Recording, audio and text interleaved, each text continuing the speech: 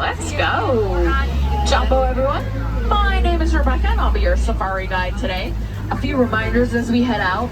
Please be sure to remain seated, keeping all hands, arms, feet, and legs inside the truck at all times. We're going to be headed into the Harambe Wildlife Reserve, and this reserve was opened back in 1971 as a way to protect our local animals. Above you, you'll see a spotting guide with some of the animals that we might see today. If you have your cameras, feel free to take pictures. Just be sure to hold on to those cameras, as we can't stop for anything that falls from the truck. As we're headed into the reserve, we're headed into the Little Ituri Forest, home to some of the Shire more reclusive animals. Over on the right-hand side, you'll find the okapi. Now, at first glance, the okapi may look like it's related to a zebra. However, its closest relative is actually the giraffe. Both the giraffe and the okapi have long prehensile tongues. Over on the left-hand side, you'll find the bongos.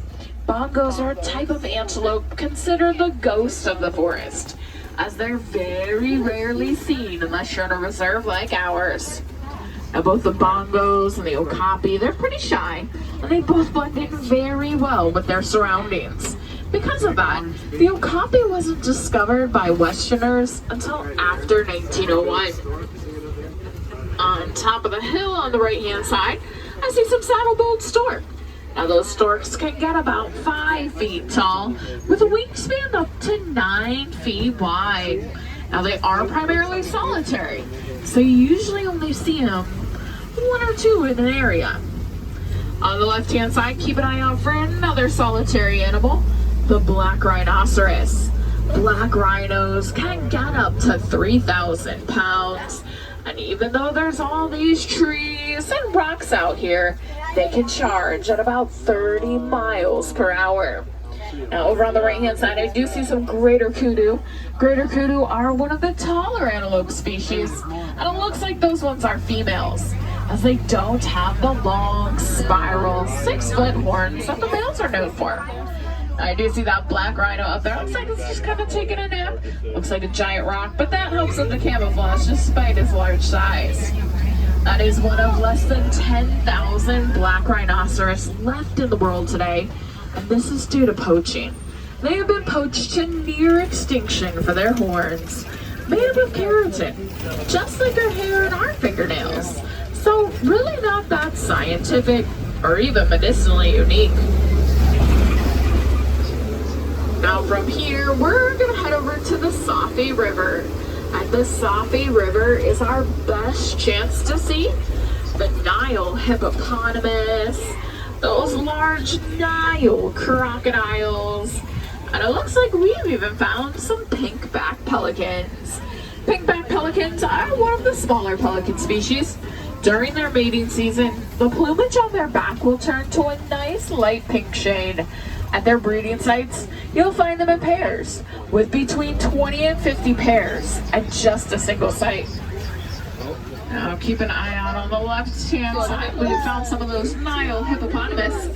Hippos will usually spend the majority of their day in the water to escape that hot sun, oftentimes remaining fully submerged for up to 8 minutes at a time.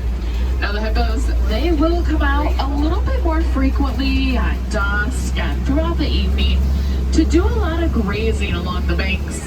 Hippos are herbivores, eating an average of about 100 pounds of plants and vegetation each day. Now it is a relatively small amount for their large size, as they can get up to about 5,000 pounds. As we head over this bridge up here, you'll want to keep an eye out on the left-hand side for the Nile crocodiles.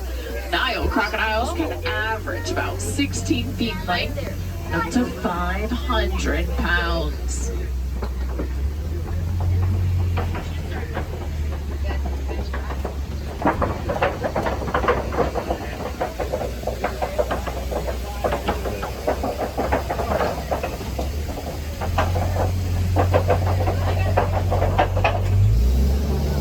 Those crocodiles have super powerful jaws capable of crushing bones. The majority of their diet does consist of fish.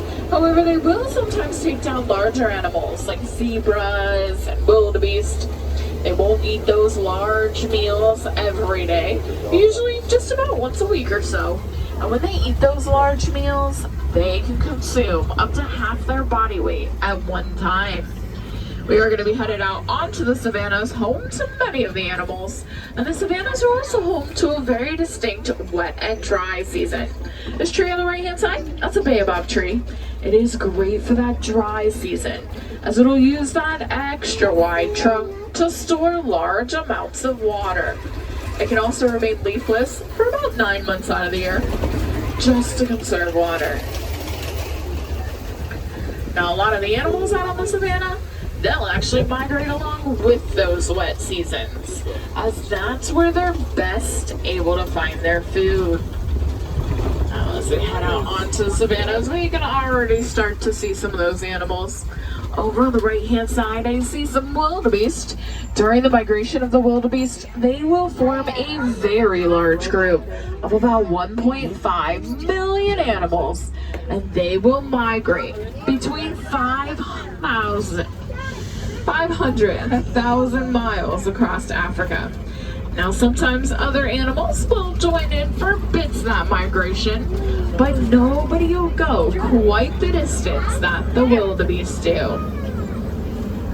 Over on the left-hand side, you'll want to keep an eye out for the African wild dogs. Now, the wild dogs may look a bit like your domesticated dog, however, they are different. They actually only have 4 toes. Due to their unique coat coloration, they're oftentimes called the painted dogs. Now, they'll live in packs with about 5 to 20 pack members, where they're led by an alpha male as well as an alpha female.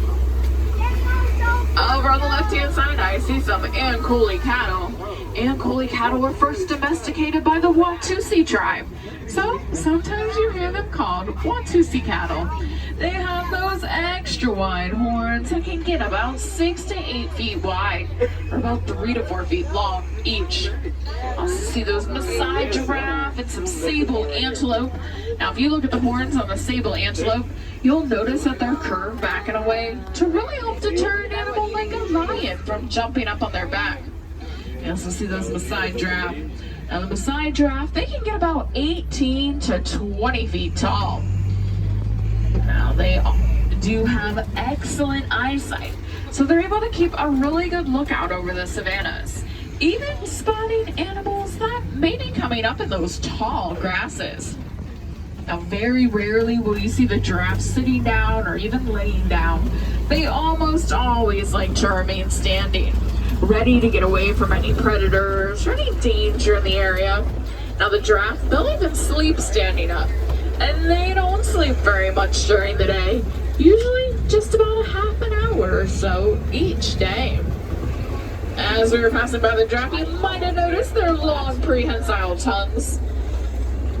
Now, what prehensile means is they can use their tongues kind of like we use our fingers to grab onto different items like the leaves and the branches. Now, their tongues are kind of a darker color, like a dark gray, and they're pretty long, getting about 1.5 feet long. Now, you probably noticed that all of those giraffes have a slightly different coat pattern, just like our fingerprints and those wild dogs' coats. No 2 coat patterns are exactly alike. Out across the savanna under that tall tree, I see one of the smaller antelope. Those are the little springbok.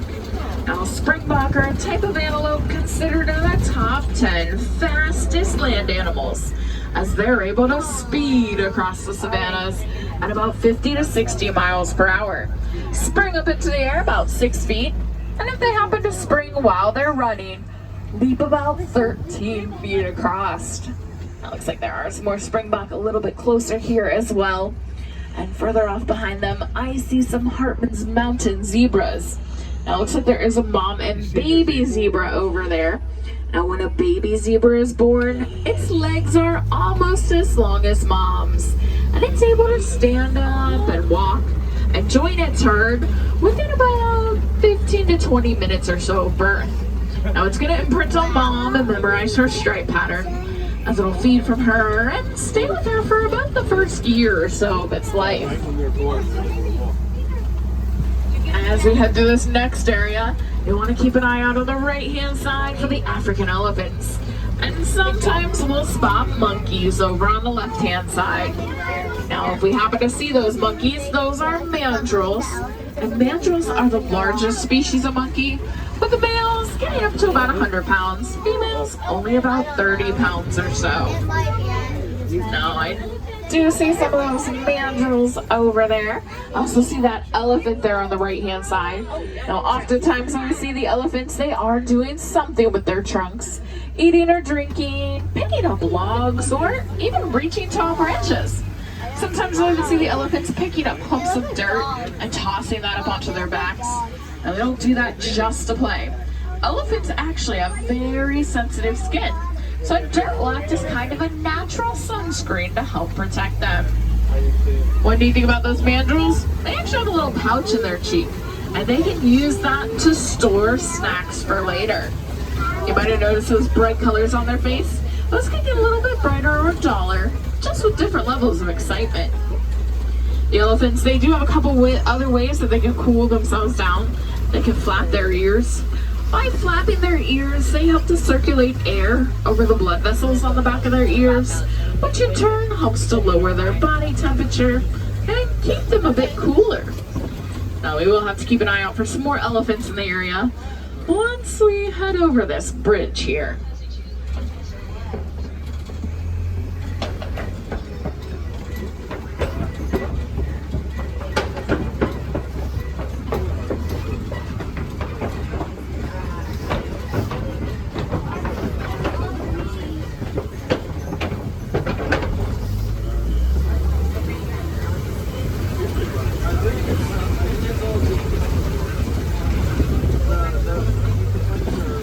As we head through the red clay pits here, I do see signs of more elephant activity. Looks like there's some footprints crossing the road, as well as those tusk marks there in the red clay. Now those tusk marks don't get left behind, as the elephants will actually eat that red clay to gain some different beneficial minerals and nutrients, sometimes not found in their food. Elephants are herbivores, eating an average of about 300 to 400 pounds of plants and vegetation each day. They're not gonna stop at just the leaves and the branches. They'll sometimes even eat small trees. Now, it looks like there is a baby elephant over on the left-hand side. Now, that little one is just about 10 months old. Now, she'll stay pretty close to mom, and mom and the other females in the herd, they'll make sure she stays nice and protected. Oftentimes when we see a group of elephants, there is a matriarch or an older female who's in charge, and then any of the other mothers and their offspring.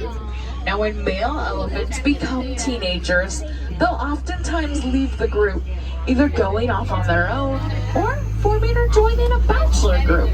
Both male and female African elephants have those long ivory tusks, and unfortunately this does make them both a target for those poachers.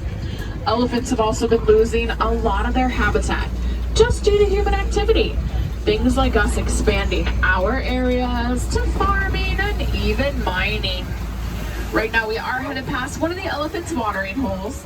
They'll come down here to grab a drink or even go for a swim. Elephants are excellent swimmers, and they really do enjoy the water. What about the donkey? Over on the left-hand side, we found some greater flamingos. Greater flamingos are the largest species of flamingo, and they get that pink coloration from the different foods that they eat. Now, they are filter feeders, so you'll see them with their heads below water, kind of stomping their feet. That helps to loosen their food. And then their beaks are formed in a way that will filter out all of the sand and water, leaving just their food behind. Now, one of their favorite foods is the brine shrimp. That definitely helps to get them that pink coloration.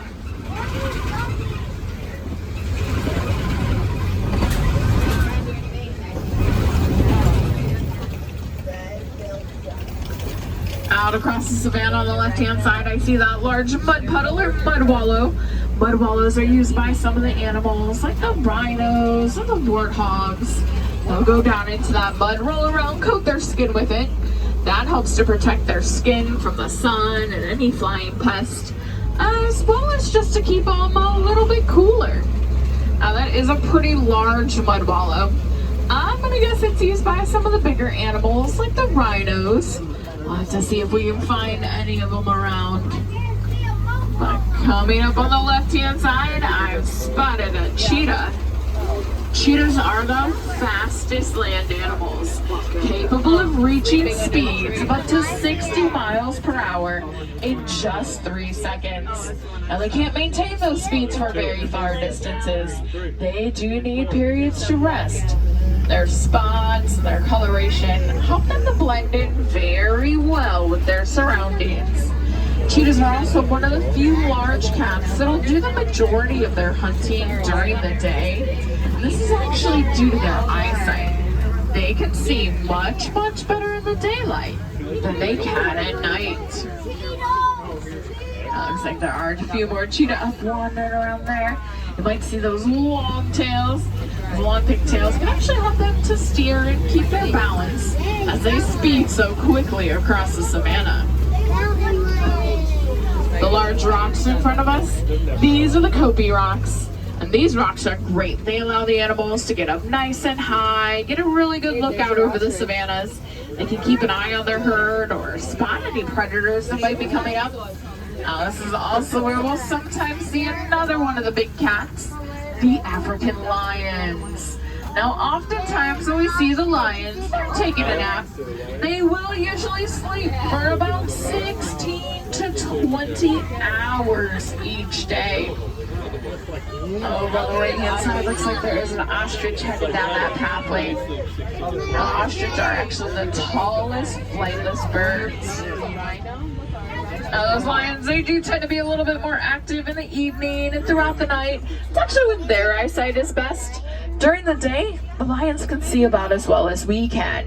But at night, their vision is about 5 to 6 times better than our own. Lions are one of the few large cats that'll do the majority of their hunting as a group. Those female lionesses, they'll go out, they'll take down food for the entire pride. Meanwhile, the male lion, he's in charge of guarding their territory and protecting and defending the pride. Over on the left-hand side, keep an eye out for the warthogs. Warthogs are one of the largest burrowing animals, using their razor-sharp tusks either for digging their own burrows or expanding the burrows of other animals. And when they go to sleep at night, they're gonna back into their burrows. That way their tusks are always facing forward, always ready to defend themselves. Here on the right-hand side, next to another one of those ostriches, some of those white rhinos. Now, white rhinos, they are a lot larger than the black rhino that we saw earlier, getting up to about 4,000 to 5,000 pounds. They're also a lot more social, so they actually prefer to be in pairs or in small groups. Now, a group of rhinos is called a crash. Over on the right-hand side, I see some ostrich eggs. Just like those ostrich are pretty large, those eggs are as well. One ostrich egg weighs in at about 3 pounds, which is the equivalent to about 2 dozen chicken eggs.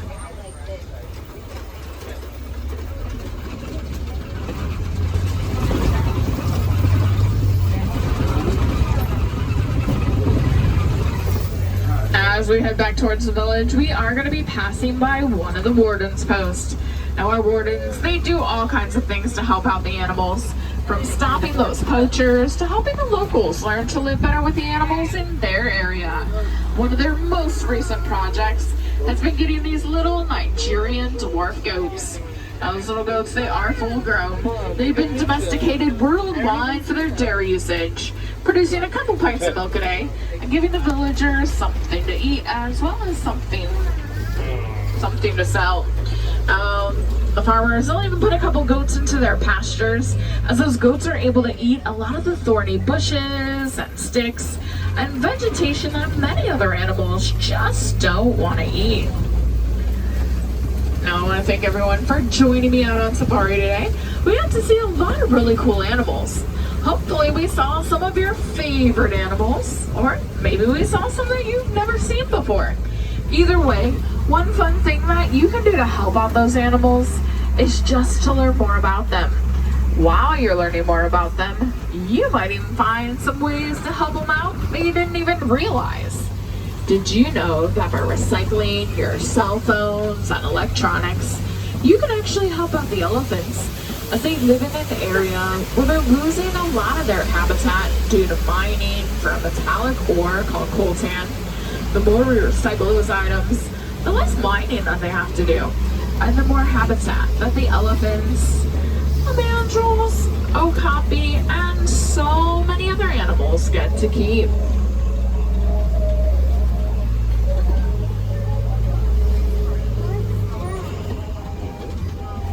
Watch your fingers, Lauren. Now, while you're here in Harambe today, I definitely recommend you check out Gorilla Falls.